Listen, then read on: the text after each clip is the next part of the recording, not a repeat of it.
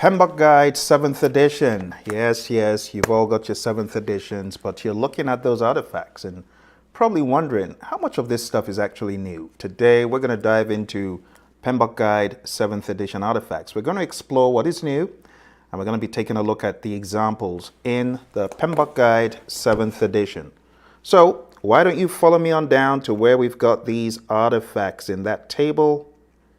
We are going to start from the very beginning, comb through the plans, the reports, and all the other supporting documentation. All right, so right here on page 184 is where we have the entire list begin. And then if you're looking for the summary of everything, that is on page 193 forward. All right, so whether you're on page 184 or 193, you'll be able to follow along. I'm going to give you a very short description of what these artifacts are, and you could take a look at other websites I refer you to get further clarity. All right, are you ready? Well, let's get started. All right, the very first artifacts that we find in the 7th edition are known as strategy artifacts. These are on page 184 forward. So on page 184, we have the business case, the project brief, project charter, project vision statement, and roadmap. So let's examine these one by one. Business case. The business case, as simple as it sounds, makes a case for the project. Here's an example from the Center for Disease Control and Prevention. Their website is at tinyurl.com/Sigma PMO. Let me put it in here just so that you got a good idea of where it's at. tinyurl.com/Sigma PMO. If you go to that website, a lot of the documents that I'm going to be talking about today, you can find them right there. Okay, tinyurl.com/Sigma PMO. So the business case, it makes a case for the project. That's a summary. You can get all the minutiae in the document, but it says business case is a value proposition for a proposed project, which may include financial and non-financial benefits. And you can find some of those financial benefits here in the document as you go through it. A good business case should have not only the alternatives, but also the cost for the alternatives. And which of these do you think will be the most viable option? And there you have some of the costs listed out in that table. And that's the business case. It's very important as far as the holy grail of the PMI and the PMP exam. Very important document. The next one is project brief. Now, in other schools of thought of project management, they call what they may refer to as a charter a brief in some circles. But it says here, a project brief provides a high-level overview of the goals, deliverables, and processes for the project. The next one is the project charter. As you know, it formally authorizes the project, gives the project manager the authority to apply resources to the project. Here's an example of a project charter. And as you can see here, we've got the title, the sponsor, and then we go into the details of project justification, the description, high-level project and product requirements, high-level budget, summary budget, initial risks, summary milestones, and stuff like that. And that's why in some circles, they refer to a project brief as this. Okay. Next one is project vision statement. So a vision statement should have some certain ingredients for it to actually cast a vision. Here's an example from scrum.org. You can see in their crafting a vision for the product, you have who it's for, the statement of need or opportunity, the product, if you want, project, key benefit, primary competitive alternative, and statement of primary differentiation. That is just one example. But the vision, as it reads here, is a document, high-level description of the project that states the purpose, and it should inspire. That's the key thing about the vision. Inspire the team to contribute to the project. All right. The next thing we're going to talk about here is the roadmap. Now, the PMI have been smart in staying away from the word product, because a lot of times when you hear roadmap, it's really a product roadmap. But not every project produces a product. Some projects produce a service, right? Or some other kind of result. So let's take a look at the roadmap example I have for you here. It's a very simple one that we use in our project management masterclass, and that is a roadmap, product roadmap. So here it says, this document provides a high-level timeline that depicts milestones, significant events, reviews, and decision points. That's it. You can see here where everything is scheduled pretty much for the quarter, for the month. It really depends on your preference, but it shows you at that high level timeline. That's really it. You can also find an example of something similar in the PMBOK Guide 6th edition and the Agile Practice Guide. All right, so that's that. Let's go to logs and registers next. Logs and registers, the very first one here is the assumption log. What is an assumption? Assumption is a factor that is considered to be true, real, or certain without proof. We also have a log of constraints. A constraint is a factor that limits the project team's options. Together, we want to collect all of these, and we want to put these together in what we call an assumption log. Some people say an assumptions log. Some people may say an assumption and constraint log. And right there on the screen, you can see a log of assumptions or constraints, right? But it's referred to in general as an assumption log. All right, let's go to the next one. The next one here, we refer to this as a backlog. A backlog is an ordered list of work to be done. If you've been through our training, we train you about Scrum and we talk about the product backlog. Well, here we just refer to it commonly as the backlog because it's not always a product. Next one here is a change log. The change log is, as it sounds, a log of changes. And a change log is used to log changes that you encounter throughout the project. There's an example of a change log. It says a comprehensive list of changes submitted during the project and their current status. So you could get a change request, but you need to log the changes so you keep track of them. And that's an example of how you would do that. All right, the next one we have here is an issue log. An issue log is a log of issues, exactly as it sounds. Now, the Center for Disease Control and Prevention, they have examples of this. I'll show you again one of PMI's examples, and that's an issue log. You can see the issue ID, the category, the issue, the impact on objectives, so on and so forth. Going back to our list of stuff to talk about, the next thing we have here is called a lessons learned register. Lessons learned registers are used to capture, of course, the knowledge that you gain on the project. And one of the things you need to be careful about with the lessons learned register is that the register is actually used and people refer back to it, because it's easy to dump lessons learned in a document, but will it actually be looked at? Okay, so it reads here, lessons learned register is used to record knowledge gained during a project, phase, or iteration so that it can be used to improve. That's the key thing. You want to use it to improve future performance. All right, let's take a quick look at a lessons learned here. This is a lessons learned document. What went well, what didn't go so well, what can be improved, and all that stuff. That's what you use your lessons learned register to do. The next one here is a risk-adjusted backlog. Now, the risk-adjusted backlog is a concept that we use in the world of Agile. So I'm going to switch gears and move into Agile mode. I'll show you examples of a risk-adjusted backlog. So why don't we start off with the reasoning behind a risk-adjusted backlog. The reasoning is as follows. For every one of those backlog items that you have in a product backlog or some other backlog, there's an element of risk on every one of those items. Risk of perhaps not knowing as much as you thought you would and finding yourself in a bottleneck or tailspin. Maybe having to go off and do a spike before you can actually understand what needs to be done, the full picture of it. And for that reason, we want to take a look at all the items.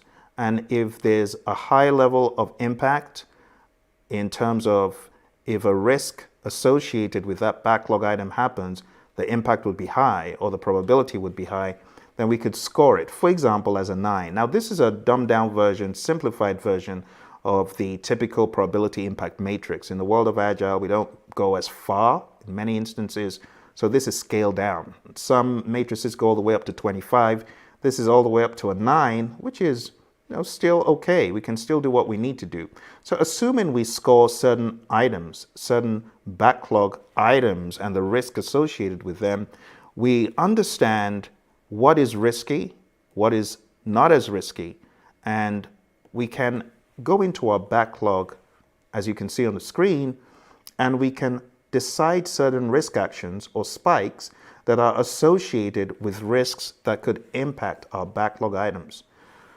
We take the approach of using spikes or elements in our backlog that help us go after those risks to avert disaster on the project or to prevent whatever risk we are observing from happening, to minimize it, to make sure that even if the risk does happen, the effect isn't as much. And that's this risk-adjusted backlog concept, right? We got our backlog, but we need to think about the element of risk based on what is most risky, least risky, what gives the biggest payoff, the least payoff, which ones are we going to do something about, which ones aren't we going to do something about. And based on your understanding of the risk items and the actual backlog items, you can go into your backlog and make adjustments based on the spikes that you need to carry out to minimize risk. That's pretty much the idea. All right. The next one is a risk register. The risk register is a register where you log risks. It's as simple as that. Here's an example. In the risk register, you could have different fields: the risk statement, the probability, the impact, the score. One of the things I like to do with my risk statement is have a cause, risk, and effect breakdown. This doesn't have it, but in your statement, you should mention the cause of the risk itself, and the impact of the risk. So we say cause, risk, and effect. All right, the next one here is a stakeholder register. So who is your stakeholder? Your stakeholder is someone who could impact the project or be impacted by the project. Here's an example of a stakeholder register. You can see it's partially filled: a name, position, role, contact information, requirements, so on and so forth. And it says here, a stakeholder register records information about project stakeholders, which includes an assessment and classification of project stakeholders. So you can see the assessment and so on could be on the right-hand side of the table, and just basic information about them. Contact information is more to the left. All right, let's move on to our next section, and we're going into what we call plan artifacts, okay? Now, the first one is called a change control plan.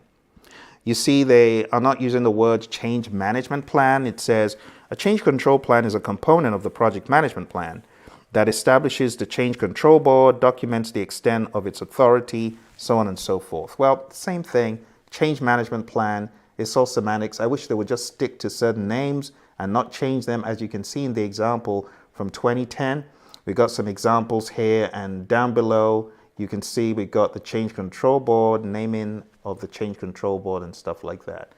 So some of the names that are used, such as change control board, they are the same in both documents. They've just renamed it in this edition as a change control plan. All right, so let's take a look one by one. There's your change control plan, the very first one there. Communications management plan. This one, of course, this is a plan for how to communicate. Okay, communications management plan.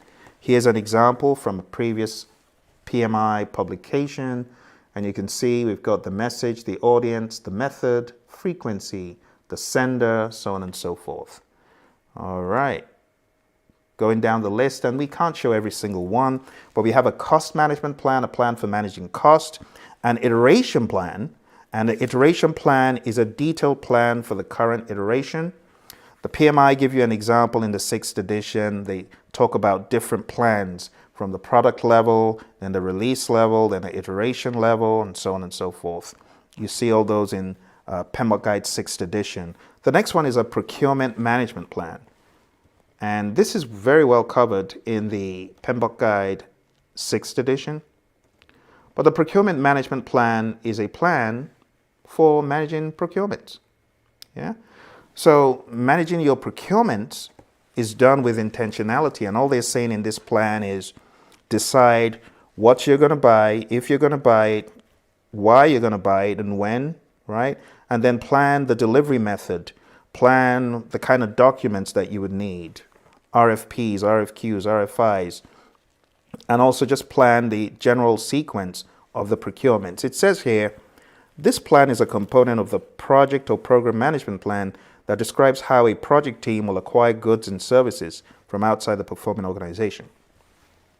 All right, the next one is like a summary of everything we have been talking about. And the Center for Disease Control and Prevention have a brilliant illustration of this. I'm going to show you the CDC's example right here. If you scroll down into the table of contents, you see how well this has been broken out into the different aspects of project management. We've got scope, we've got compliance, schedule, budget, see that, cost, project organization, risk management, all sorts of great stuff, change management, communications management, pretty much all of the subsidiary plans we talked about, you find them in one singular plan, this project management plan. So going back to the plan to take one more quick look at it, if you go into the meat of this plan, it actually walks you through on how to fill it out. It's a good one I would recommend if you're looking for a light version of a project management plan. So here in the PMBOK Guide, 7th edition, it says, it's a document that describes how the project will be executed, monitored, and controlled and closed. And within the plan, you see the elements that are talked about all throughout this section. For example, a quality management plan. So if you wanted to document your strategy, your approach for quality, you would do it right there, see? And that's what comes next in our table of contents.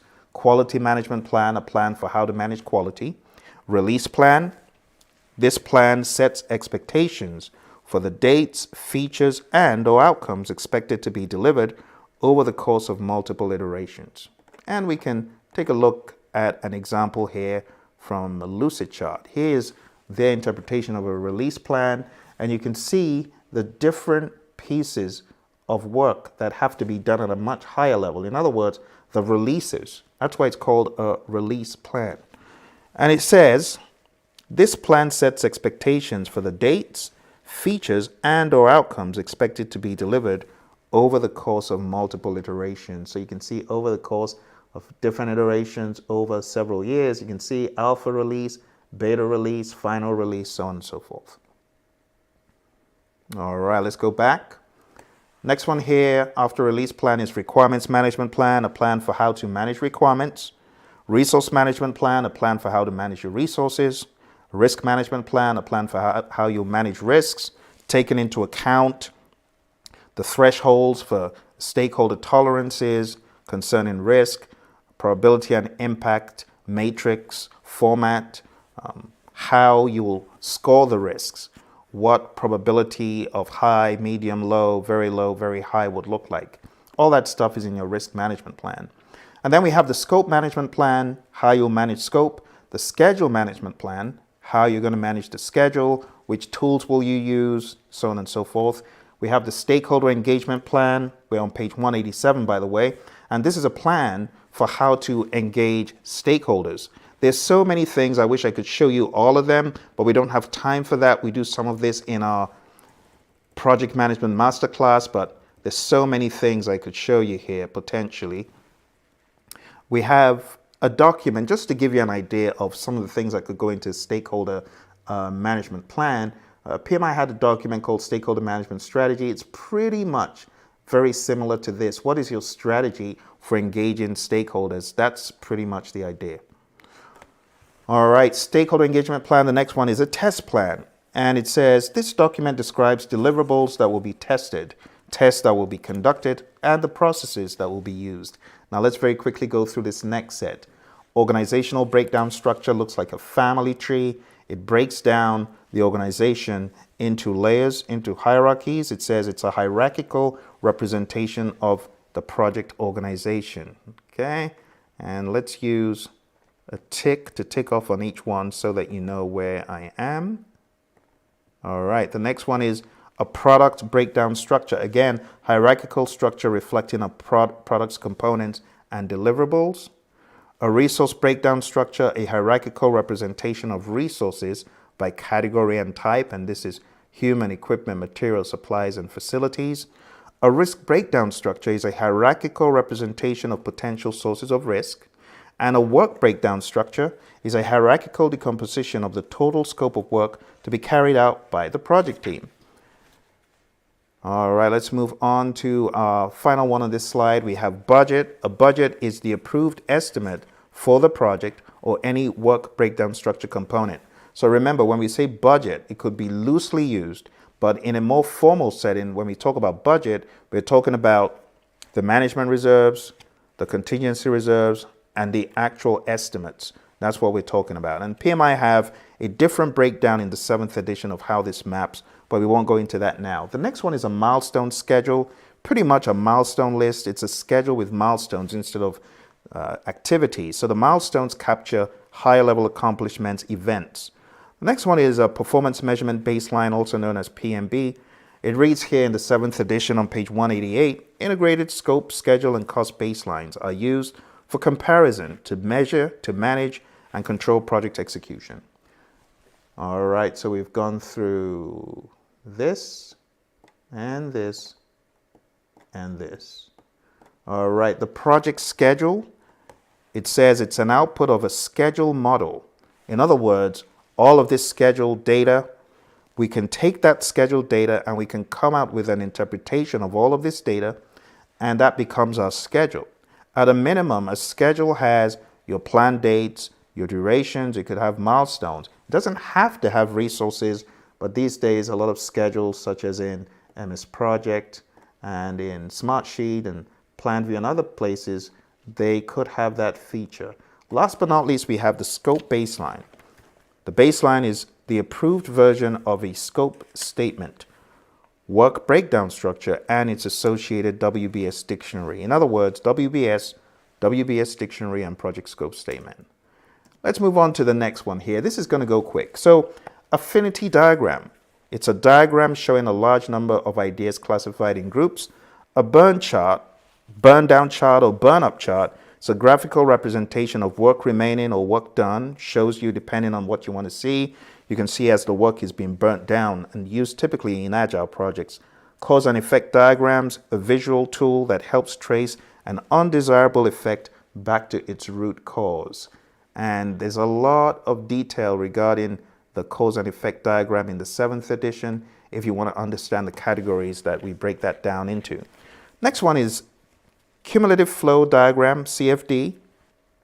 And it says this chart indicates features completed over time, features in development, and those in the backlog. They've got a great example of that in the Agile Practice Guide. The next one here is cycle time chart. This diagram shows the average cycle time of the work items completed over time.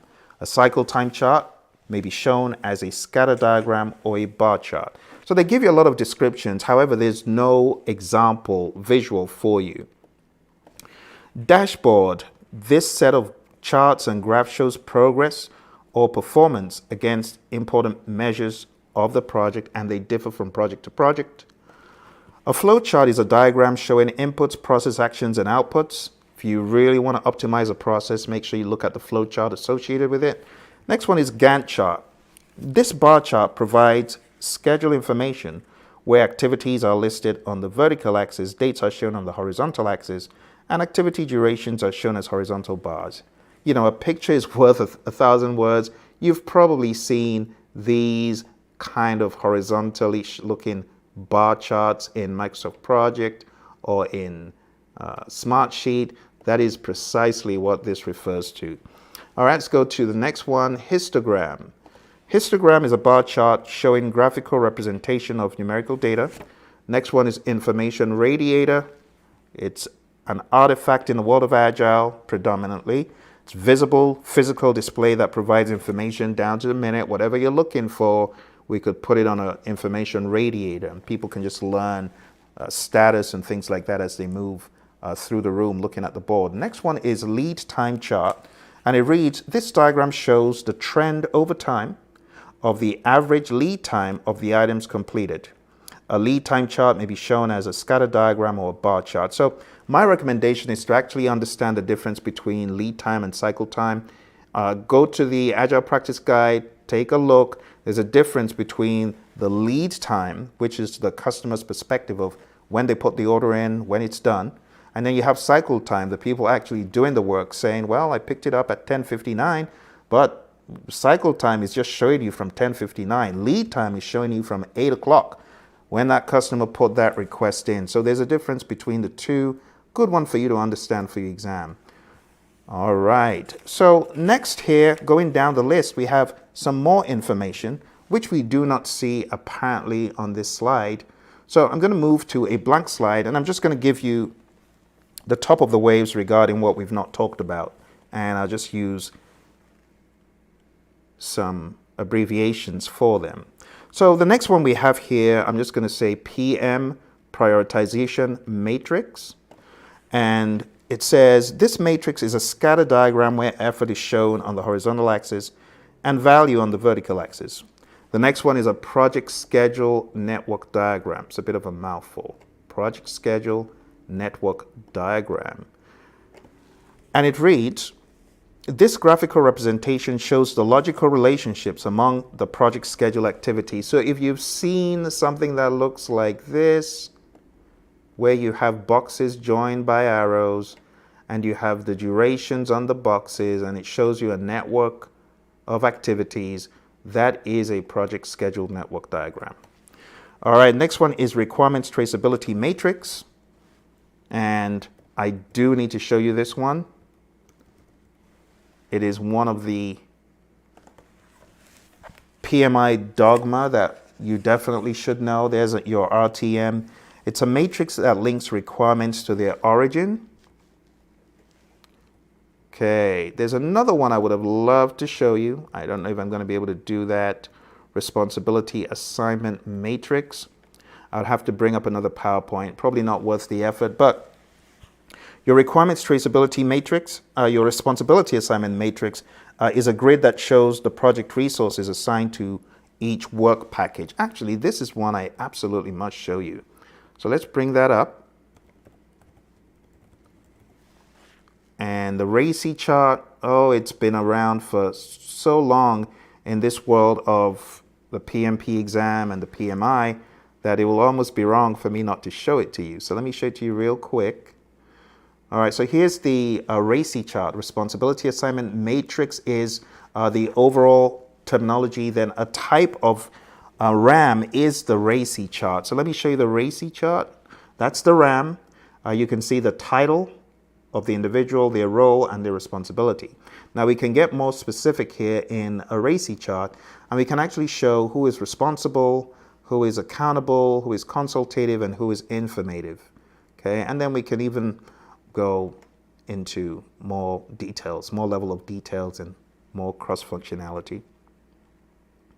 All right, so that's your RACI chart. All right, let's go back to our list of what we need to talk about. All right, so back to our list, we've got scatter diagrams. This shows the relationship between two variables. And in a scatter diagram, you've probably seen something like this. You got a y-axis, you got an x-axis, and you've got all of these dots. And from the dots, you can infer if there's a relationship, either direct or indirect. You can see if there's a relationship between just by plotting. So it reads here, this graph shows a relationship between two variables. It doesn't tell you why there's a relationship, but it will show you if there is a relationship between the variables. Okay, it could be inverse, it could be otherwise. Well, let's get rid of that. Next one is an S-curve. This graph displays cumulative cost over a specific period of time. This is really well documented in the 6th edition under the cost management chapter. The next one is the SEAM, the Stakeholder Engagement Assessment Matrix. I will have to show you this one for sure. Let me see if I can bring up the SEAM, Stakeholder Engagement Assessment Matrix, if I've got this to show you. And the Stakeholder Engagement Assessment Matrix is a very visual tool that shows you and the team what you need to do to get a stakeholder engaged. In other words, you can see where the stakeholder currently is, if they are unaware, if they are resistant, if they are in a neutral position, and if they're in a leading position. All that information, you can see it. So let's get that up to show you here. This is well documented again in the 6th edition. This is part of why I gripe a little bit about how the 7th lacks enough depth, because you don't get to see all this good stuff. You just got one line item of something that is so visually compelling and helpful to teams, but you don't have an example, unfortunately. So anyway, this is page 189, and it says, this matrix compares current and desired stakeholder engagement levels. But this is more than just throwing up information, an entire conversation about how to move a project forward by way of getting stakeholders who are unaware, getting them into a supportive role, or stakeholders who are resistant, getting them into a supportive role, or understanding that stakeholders are exactly where you want them. So C is for current and D is for desired, and great tool for project teams everywhere to be on the same page. All right, going back here, we've got our stakeholder engagement assessment matrix. Turning the page over, we've got story map. I don't have an example of that to show you, but it reads, a story map is a visual model of all the features and functionality desired for a given product. That is a very easy one for you to see, but I don't have a ready example and there's none here. Throughput chart. This chart shows the accepted variables over time. So that's a throughput chart. And then we have use cases. This artifact describes and explores how a user interacts with a system to achieve a specific goal. And then we have value stream map. This is a lean enterprise method used to document, analyze, and improve the flow of information or materials required to produce a product service for a customer. And the last one we have is velocity chart. And I'll show you a quick example of this. Let's go to our velocity chart example.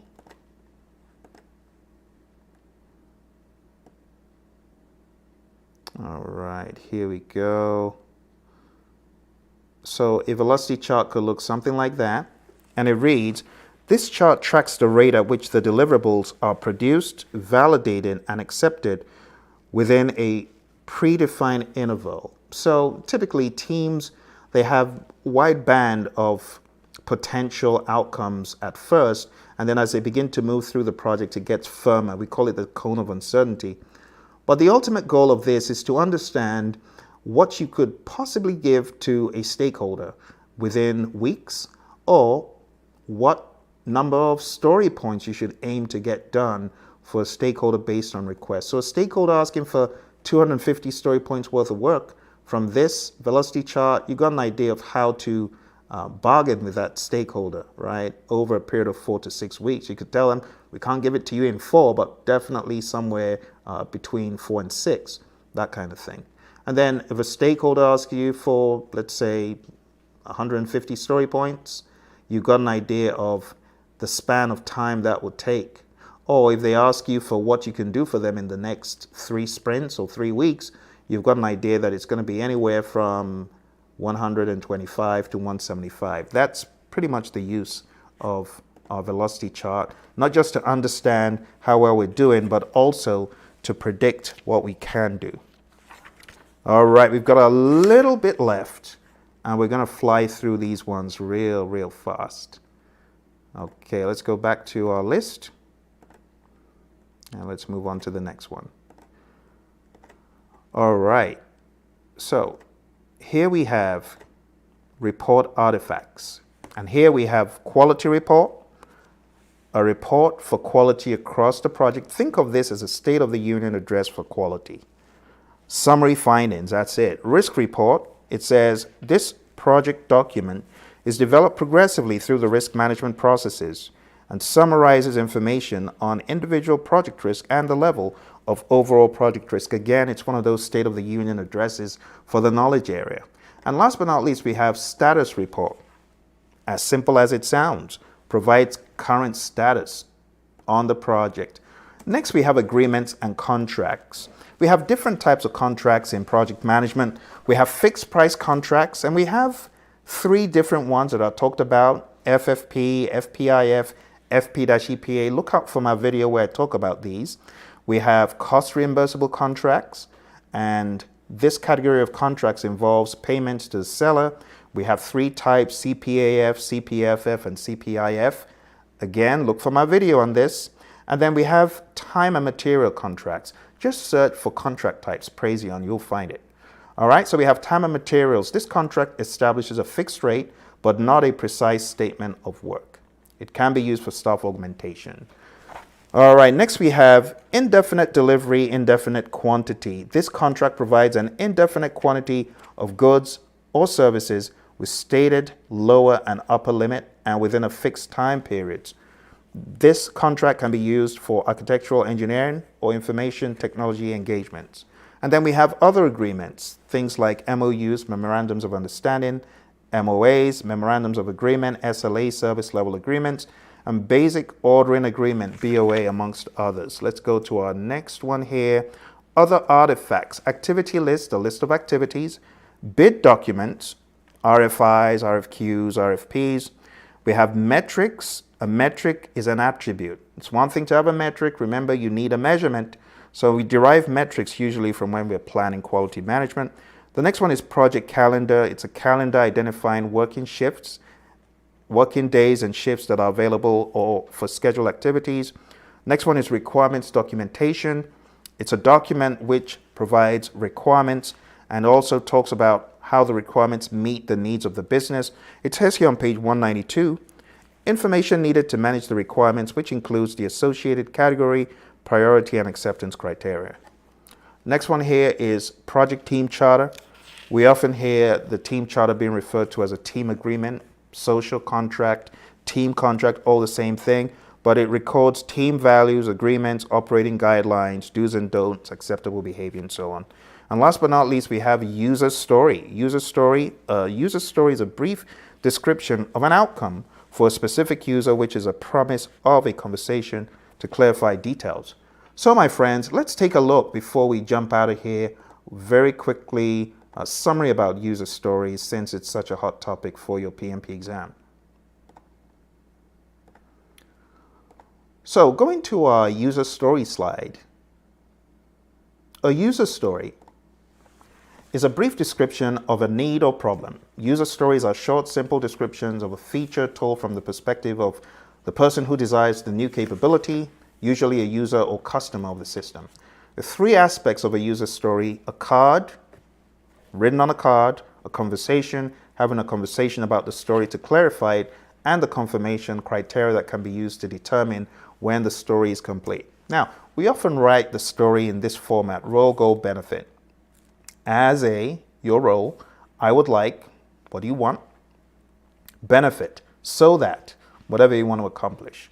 In this example, we see a poorly written story on the left. As a customer, I want to create a profile so that I can have an account. On the right-hand side, we see a better written story that actually talks about why you do want that account, right? I want to create a profile so that I don't have to fill in the information again. Oh, you're trying to save time. Well, that's value. You see, so we always write it from the role, goal, benefit perspective and want to understand what it will do for the customer.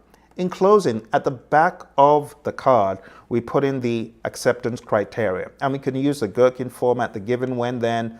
We could use all sorts of formats. It's not the only one, but the idea is when you get a user story, you want to get to a point where that user story is actually ready to go into the sprint. So we have something called the definition of ready and the definition of done. The definition of ready is pretty much along the lines of the INVEST acronym. And I'm just going to write down the INVEST acronym real quick here. INVEST means the story is independent, it's negotiable, it's valuable or vertical in value, it's estimable, it's small enough to fit within a sprint, and it's testable. And I go into this stuff in other videos, but the idea is a user story. When you're going into the sprint, you want it to be ready so that you can begin working on it. And you also want to understand for the increment what makes it done, not the story in this case, even though we could use the word done to talk about a story is done and so on. But in this case, we're talking about the entire increment, the potentially shippable increment. How do we know that an increment is done? Does it meet all engineering practices? Have you been through peer reviews? Have you been through testing, unit testing, user acceptance testing, and so on? All of that stuff, it should be carried out for us to say it's done. Okay? And with that, my friends, we are at the end of our very ambitious journey to get through every single artifact in the 7th edition. It's quite funny because if this was the 6th edition, my goodness, we'd probably be here all night. We'll be here all night, I can assure you. All right, for those of you who are getting ready for the exam, okay, and you're wondering, how do I get help? Where can I get help? I want to encourage you to go on down to our website. It's called praizion.com, praizion.com. When you get to our website, scroll down and look for the plethora of training aids and help that we've got for you. If you've got any questions, feel free to put them right here in the comment below. I'll get back to you as soon as I can. All right, thank you very much for joining me. I wish you all the best on your exam. Remember, the exam is very heavily hybrid and agile, okay? It's not just predictive stuff. Predictive is very small compared to the amount of hybrid and agile stuff you've got, okay? For that reason, my advice, parting gift for you. My advice would be speed read this. Pay more focus to the principles, okay? This one right here, spend a lot more time with the Agile Practice Guide. Read through it a couple of times. You'll be glad you did. Understand page 50, forward the practices, everything. I know it well. Good. All right. I believe I've got a video and a summary to that somewhere on YouTube. And then when it comes to this one, my friends, you got to tread carefully because I know some people are telling you to keep pounding on this and ITTOs. No, you need a skilled handler, someone who's able to weed out what is really important to focus on and things that you shouldn't. Because if you're trying to read these 3 books, that's not wise. Not in the least bit. You shouldn't be doing that, my friends. That's why you need an experienced trainer who can tell you, don't focus on this, focus on that, don't focus on that. And I actually have a video that talks about things you shouldn't be reading for your PMP exam in the interest of time. Okay? I would say if you're going to read anything in the 6th edition, speed read, that's for 1. And 2, look for my 1-minute summaries for every knowledge area. There's no need for you to go off on a rabbit trail, burrowing and going so deep. Your exam does not have predictive minutia in it like it used to. It doesn't have all of those formulas and stuff. Don't do it.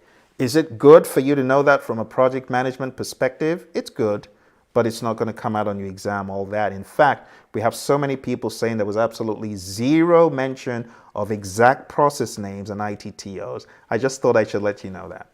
You take care, my friends, and I'll